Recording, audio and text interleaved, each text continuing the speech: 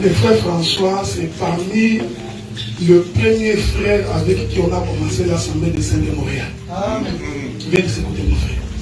Donc c'est parmi les pionniers. Frère Nicolas, tu te souviens, hein?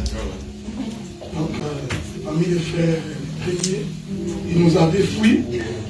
J'ai fait un effort pour aller les récupérer. Quoi. Amen. Je pensais que maman Esther sera là. Mais je crois que le dimanche prochain sera là. Amen. Parce que toi, tu vas devenir mon interprète. Donc si tu fuis, personne ne va interpréter. Il y a également le frère Léon. Papa Léon, tu peux t'élever aussi. Lui aussi est parmi les premières personnes avec qui on a commencé l'Assemblée de Montréal.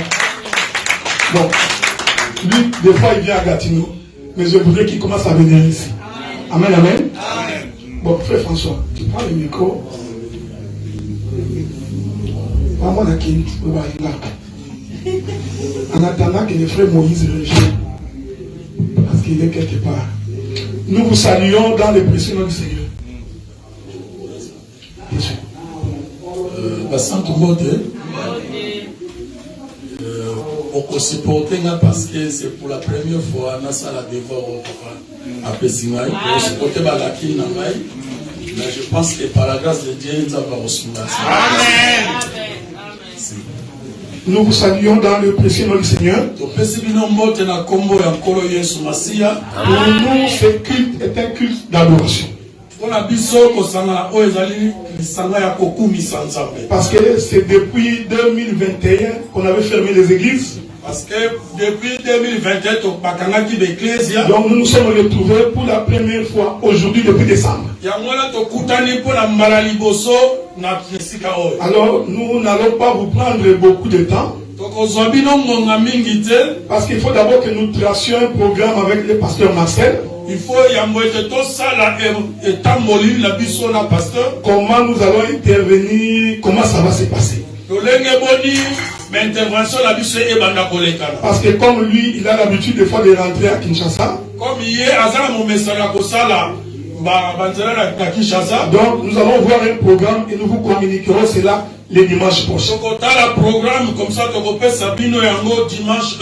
Donc moi je vais parler aujourd'hui, dimanche prochain et dimanche le 27. Et puis on le 27. Après, à partir du mois de mars, on va tracer un programme. Après, à partir du mois de mars, on va faire un programme bien élaboré. Que Dieu te bénisse, mon frère. Oui, que Dieu te bénisse. Parce que, frère Josué, il faut récupérer ses frères et ne pas les laisser partir. Frère Josué, il faut récupérer de quoi on a. Donc, celui-là doit être ton ami, tous les jours avec lui. Parce qu'on a besoin de toi pour les instruments. Je me souviens de ce que Mardoché avait dit à Esther. Mardoché a dit à Esther, si tu ne parleras pas au roi pour nous, alors l'Éternel pourvoira d'une autre manière. Je vous ai toujours dit que Dieu, c'est toujours un Dieu qui n'abandonne pas ses enfants. Donc je crois que ce frère-là est une réponse à nos prières. Je demande aux mamans de prendre soin de ses frères. Est-ce que vous comprenez? Comme ça, si deux fois Josué disparaît, le frère est là. Je voudrais vous rappeler que nous avions fait une grande marche pour arriver aujourd'hui. Cette église a connu beaucoup de problèmes pour que nous en arrivions là où nous sommes aujourd'hui. Et j'ai toujours dit que c'est le concours de tout le monde. Votre présence est une bénédiction pour cette église. Le prédicateur n'est pas plus important que les fidèles. Chacun de nous a une grande importance dans l'œuvre. Le frère Paul dit ceci, que les membres les plus petits dans un corps sont aussi importants que les grands membres. Et vous allez remarquer que les petits membres, Dieu fait en sorte qu'on puisse prendre soin des petits membres. Regardez l'œil. C'est un petit membre. Par rapport au bras. Mais vous allez remarquer que l'œil, Dieu fait en sorte que la poussière n'entre pas aussi facilement. Parce que même le plus petit est plus important dans l'œuvre. Même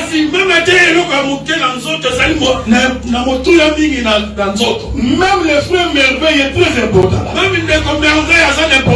La sœur Aurélie est très importante dans l'œuvre. La sœur Brigitte, tu es importante dans cette œuvre. Est-ce que vous me suivez? Maman Esther est importante dans cette œuvre. Donc nous voulons marcher ensemble.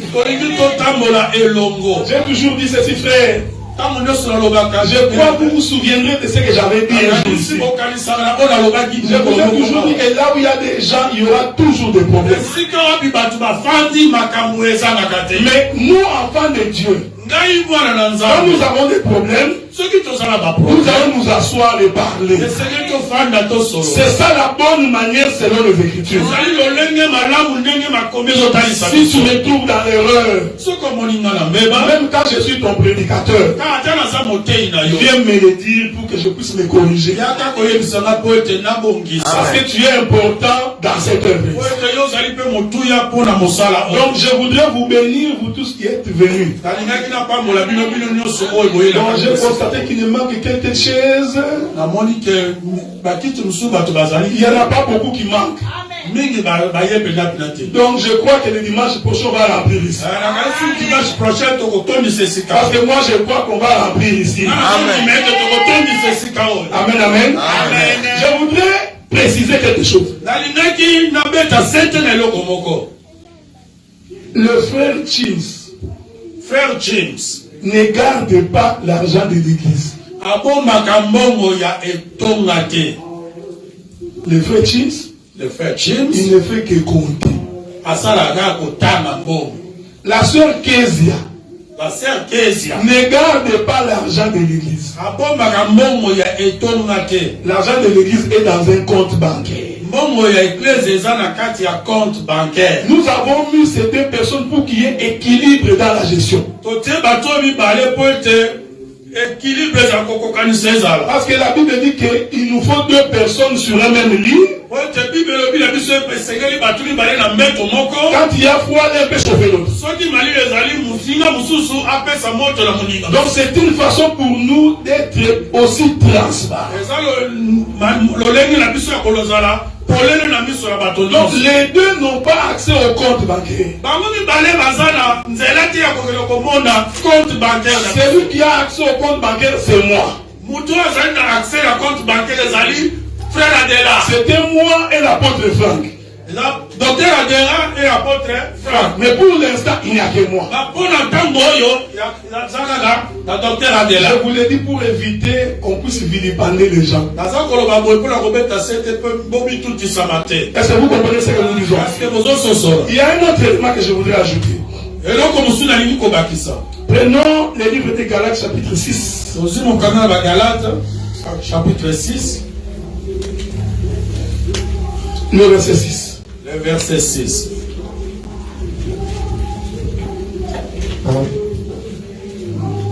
Nous allons lire. Que celui à qui l'on enseigne la parole fasse part de tous ses biens à celui qui l'enseigne. J'ai d'abord pris cette écriture pour d'abord vous affirmer que quand un serviteur travaille au milieu de nous, il a droit à un salaire. Moi je ne peux pas enlever cette écriture. Est-ce que vous me suivez, frère? Donc moi je ne peux pas enlever l'écriture qui vous demande, vous le peuple, de prendre soin de vos serviteurs. Dans cette écriture, j'ai dit Amen. Maintenant, j'ai une autre écriture que je voudrais vous donner pour que vous compreniez comment nous marchons. Je crois que c'est dans le livre de 2 Corinthiens chapitre 9. Chapitre 9. Attends, je vais voir si je peux trouver cette écriture-là. Non, 1 Corinthiens chapitre 9. 1 Corinthiens chapitre 9. Je vais commencer. Takobanda. Regardez. Total. Le frère Paul dit ceci à partir du verset 10. Donc, Paul a l'objet. Non, commençons par le verset 9. Car il est écrit dans la loi de Moïse, tu ne miselleras point le bœuf quand il foule les grains.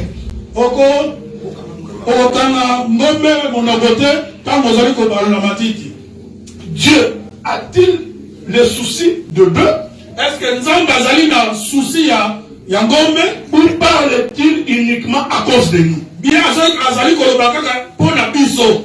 Oui, c'est à cause de nous qu'il a écrit Ezali bongo pona biso akomaki que lorsque on laboure avec espérance. Tango tozali kotimbo na mabele tozali kosala ngo na koyeba mbibi. Mais regardez maintenant. Tala mutango. Là, j'ai donné encore cette écriture pour confirmer qu'on ne peut pas refuser à un serviteur son droit. Mais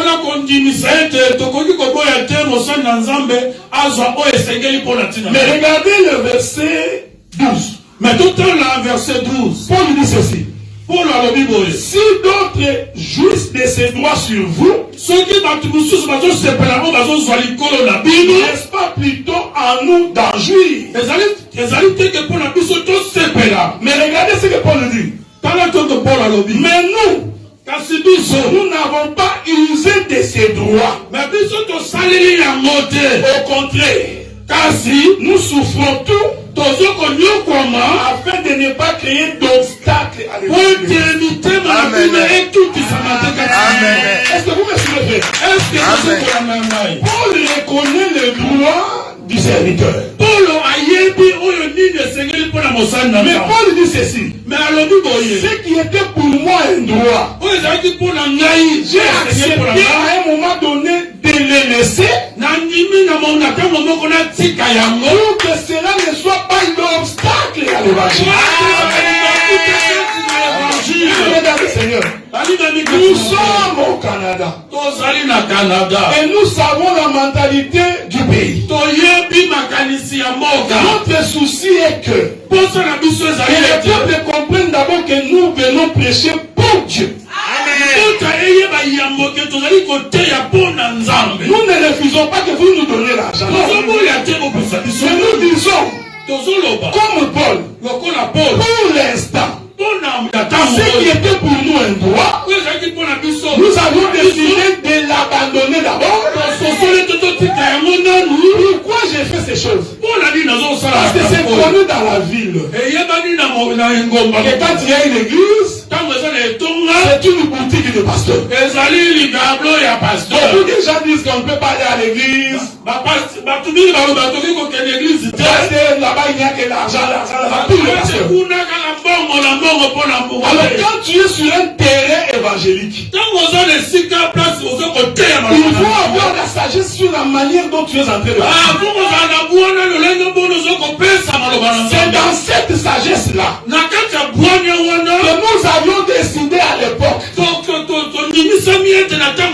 et que tout ce qui est offrande, collecte, film, que tout soit versé dans un compte. Surtout quand vous le mettez dans des paniers.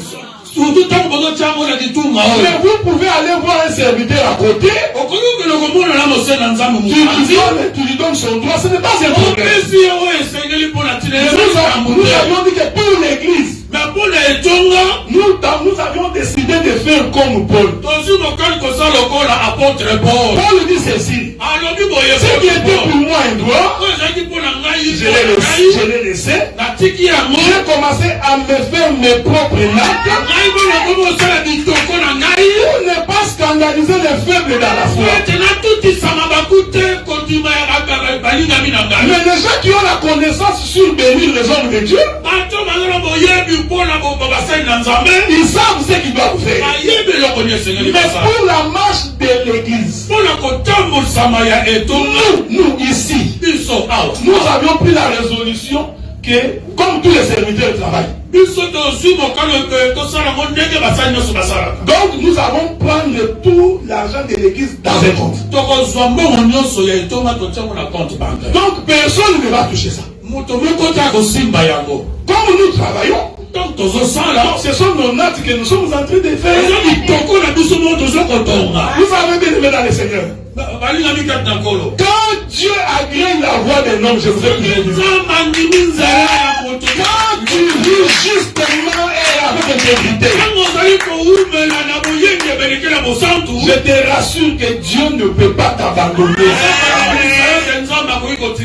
Donc mes bien-aimés frères, mes bien-aimés sœurs, ayez en vous les sentiments qui étaient en Jésus.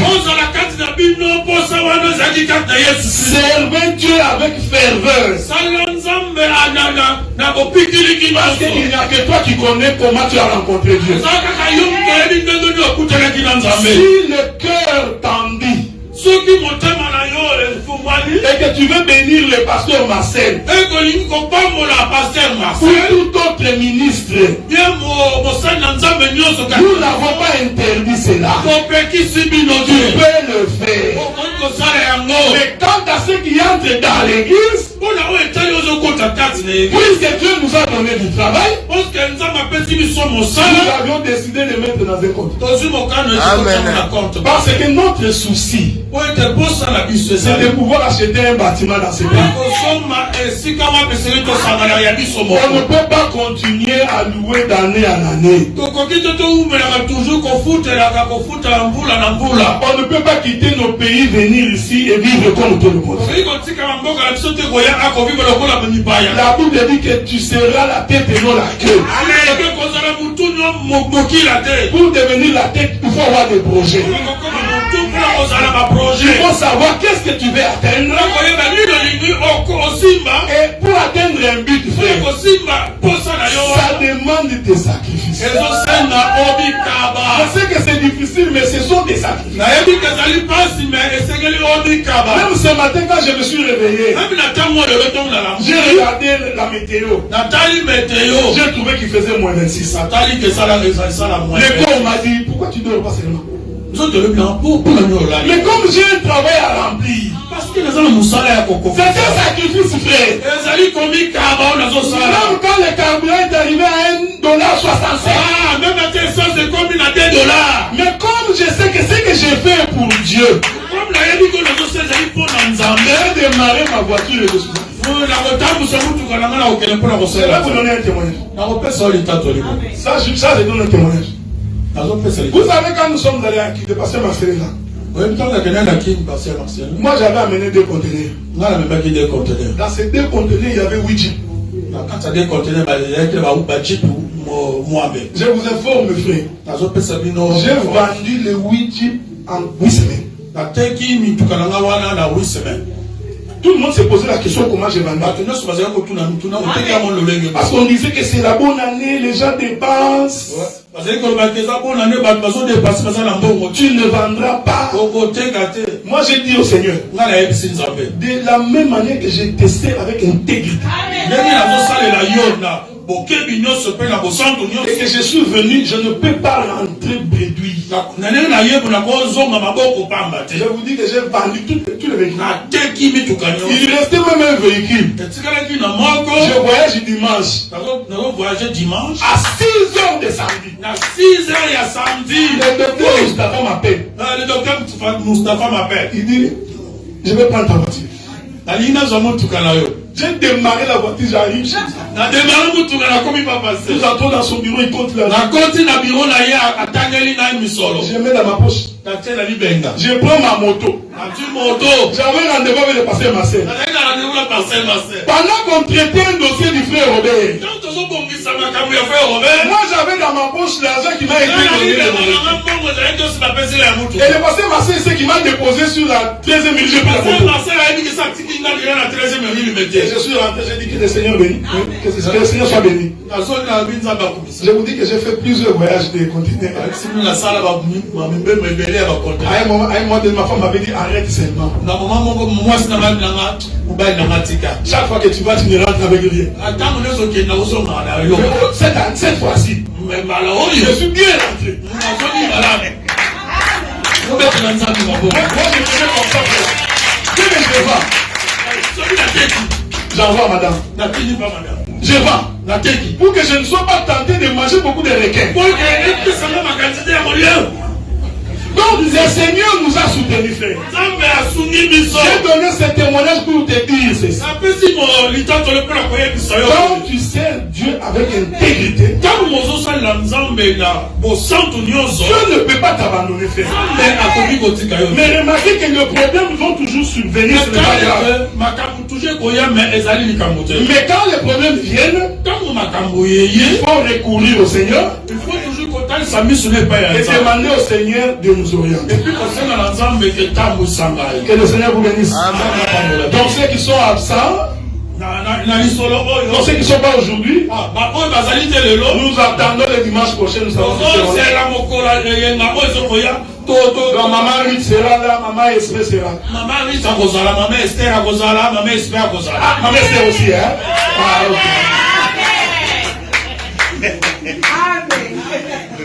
Que Dieu vous bénisse. Amen. Le temps que nous tracions un programme avec le pasteur Marcel,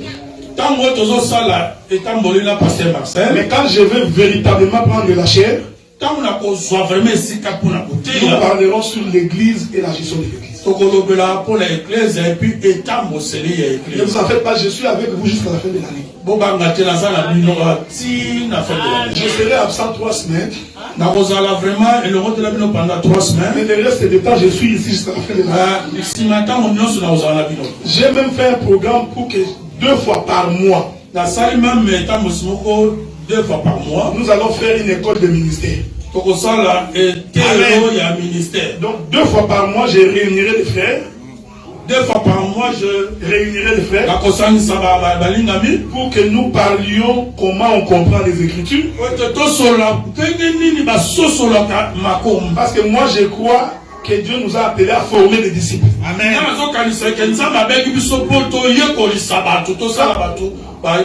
Avant qu'un lévite n'entre en fonction, il restait d'abord à côté de ceux qui servaient avant lui pour voir comment l'autre écoute l'animal. C'est ce que nous allons faire. Amen. Donc tous les frères qui sont intéressés, nous allons tracer un programme pour que 2 samedis par mois, 2 fois par mois, je viendrai ici calmement. Nous allons parler des Écritures. Parce que nous voulons que même quand nous ne sommes pas là, que le fils de la maison prenne la relève. Et là, je vais vous donner une écriture. Et nous n'allons pas prendre beaucoup de temps. La Bible dit ceci. Les disciples posèrent la question à Jésus. Comment devrons-nous prier? Jésus leur dit, notre Père qui es aux cieux, que ton nom soit sanctifié, que ton règne vienne, que ta volonté soit faite sur la terre comme au ciel. Je répète ce verset là. Que ta volonté soit faite sur la terre comme au ciel. Donc Jésus a rappelé aux disciples que tout ce qui doit se faire sur la terre doit se faire comme au ciel. Je veux vraiment que vous reteniez ça. C'est très important. Même vous qui me suivez, retenez ça. Nous ne pouvons pas parler de l'église. La gestion de l'église. Si nous ne vérifions pas d'abord ce qui se passe. Donc avant que j'entre dans les détails de l'église, je veux ensemble que nous observions le ciel. Qu'est-ce qui se passe au ciel? Parce que c'est ce qui se passe au ciel qui doit se passer sur la l'enseignement que je vais donner. Amen. L'enseignement que je vais donner va nous aider à avoir la paix. Parce que je donnerai les détails et les écritures. Jésus leur dit que la volonté de Dieu qui est au ciel. Donc nous comprenons que la volonté de Dieu n'est pas la volonté des hommes. Parce que Esaïe dit que mes pensées sont éloignées de vos pensées. Comme la terre est éloignée du ciel. Maintenant écoutez bien dans le Seigneur. Quand tu veux vivre la main de Dieu sur la terre, il faut te rassurer que ce que tu fais, est-ce que c'est ce que Dieu a décrit dans le ciel? Parce que si ce n'est pas ça, c'est un trouble pour rien. Regardez, frère. Même Moïse a dit à Dieu, il dit Dieu, si tu ne marches pas avec nous, nous n'allons pas marcher. Mais moi j'ai pensé que Dieu marcherait sur la terre devant eux. Non. Pour que Israël marche, il regardait la nuée. C'est-à-dire, il regardait le ciel. Donc la marche d'Israël dépendait de la marche de la nuée. Donc la nuée servait de modèle pour qu'Israël marche. Bien-aimé Seigneur, la paix dans un foyer, la paix dans une église, la paix dans une relation, n'est possible que si chacun de nous sommes en train de regarder le modèle céleste. Sans le modèle céleste, alors tout ce que nous faisons ne représente rien aux yeux de Dieu. C'est pourquoi Jésus leur avait dit que ta volonté soit faite sur la terre comme au ciel. Mais le problème c'est que qui est celui qui a la capacité d'aller voir ce qui se passe au ciel? Est-ce que vous me suivez, frère? Je répète ça en guise d'introduction. Quand nous parlerons de l'église et de sa gestion, il faut que nous regardions le modèle de Dieu. Je vais ouvrir la porte pour les questions.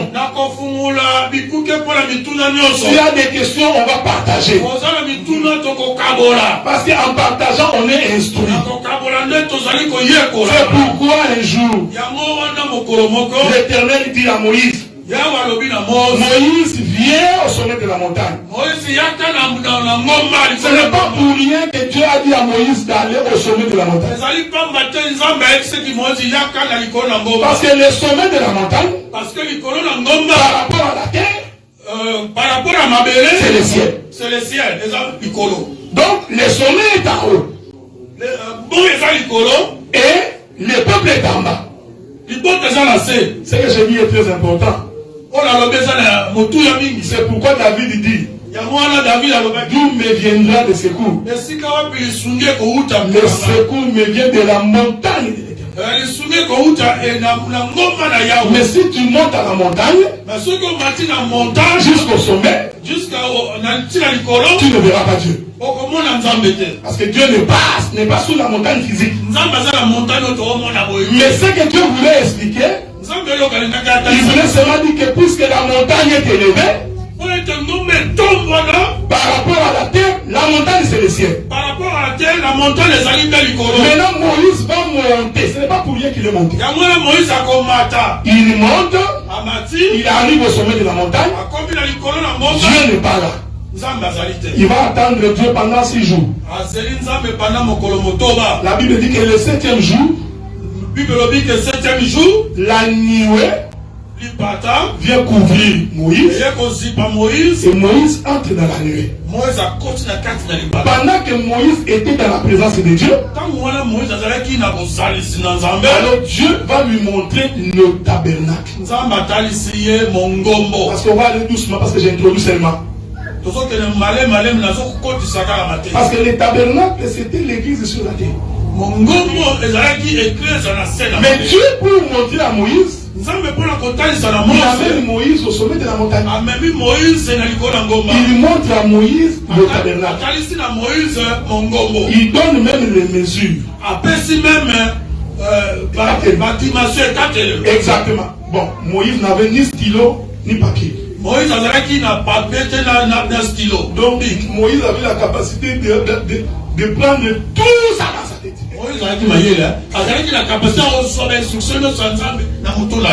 Logiquement, un homme naturel ne peut pas faire ça. Donc vous comprenez que c'est Moïse là.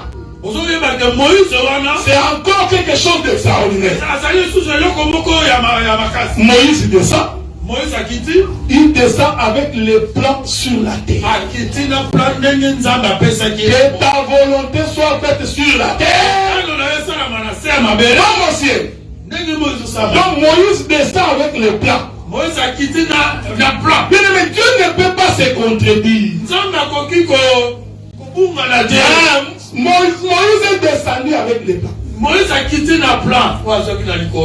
La Bible dit, Dieu avait mis de l'intelligence dans plusieurs peuples d'Israël. C'est pourquoi je vous avais dit, chacun de nous est important dans cette vie.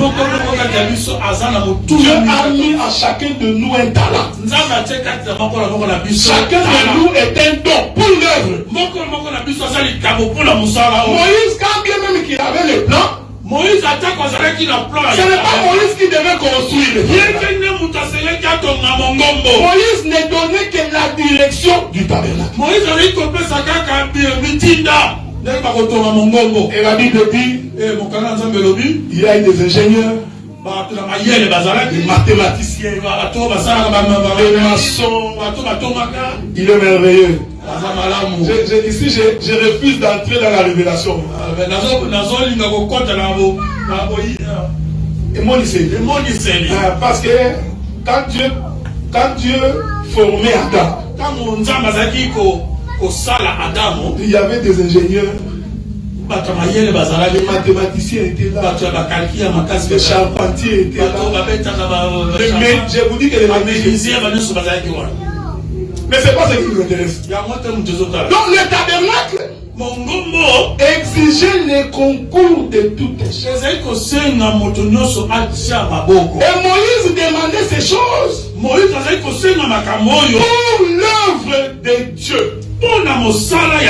Pas pour autre chose, frère. Pour l'œuvre de Dieu. Et la Bible dit, lorsqu'ils ont fini de construire, et que Dieu a observé, amen, ils ont construit selon le modèle. Je suis en train d'introduire. Amen. Pour dire que l'église doit être bâtie selon les modèles. Alors nous allons donner l'enseignement sur les modèles. Avec tous les détails, frère. Donc Dieu regarde, il trouve que c'est selon le modèle. La Bible dit, le 40e jour, 40e jour, la nuée qui est Dieu va donc descendre et entrer dans l'éternel. Bien-aimé dans le Seigneur, pour que Dieu vienne dans ta vie, ne vous y trompez point. Ne sois pas quelqu'un qui est seulement un courageux. Dieu. J'entrerai au ciel. On n'entre pas au ciel parce qu'on veut. Pour entrer au ciel, il faut te rassurer que je vis selon le modèle de Dieu. Je n'ai pas besoin de vous dire que je suis docteur. Le doctorat ne me fera pas entrer au ciel. Ce qui me fait... Paul dit ceci, frère. Il dit, je cours. Non pas comme quelqu'un qui a déjà remporté. Parce qu'il y a beaucoup qui pensent qu'il est déjà arrivé au ciel. Il n'a pas peur de pécher. Même quand il fait des mauvaises choses, sa conscience ne le dérange pas. Paul dit, je cours avec l'idée d'aller remporter. Nous nous réunissons tous pour que nous tous nous entrions au ciel. Moi aussi j'ai les soucis d'entrer au ciel. Mais des fois vous vous blaguez, hein? Coronavirus, c'est le coronavirus. Regardez comment vous êtes terrorisés. On vous a privé de liberté. Mais ça, ce n'est que le début. Le temps va arriver, frère, que même prier va devenir un problème. On nous a interdit de prier pendant 2 mois ici. Qui a fait la marche? Je vous dis, après l'enlèvement, ça va être très compliqué. Ce que vous voyez, on est juste en train de préparer les chemins de l'Antichrist. C'est pourquoi nous nous battons pour entrer au ciel. Je conclue. Pour dire ceci. Quand vous construisez, quand vous bâtissez, quand vous marchez, quand vous vivez, il faut toujours vous rassurer, est-ce que c'est le modèle de Dieu? Est-ce que la manière dont nous nous marchons, est-ce que c'est ça le modèle? C'est pourquoi j'ai introduit cet enseignement pour expliquer que l'Église doit d'abord venir du ciel sur la terre. Et nous allons voir comment l'Église est dirigée au ciel. Pour que le modèle aussi soit pareil sur la terre. Et ça va nous éviter beaucoup de conflits, beaucoup de problèmes. Que la paix du Seigneur soit avec vous. Et que l'Éternel vous bénisse. Et qu'il vous rende au centuple de ce que vous avez dépensé. Vous tous qui contribuez pour payer les loyers, vous payez sans problème. Même quand la salle était fermée, vous avez continué à payer. Que Dieu vous bénisse abondamment. Et nous demandons à tous les frères qui sont absents aujourd'hui, si le Seigneur vous touche, venons et prions le Seigneur et marchons dans la sainteté. Amen. Que l'Éternel, je vous bénisse.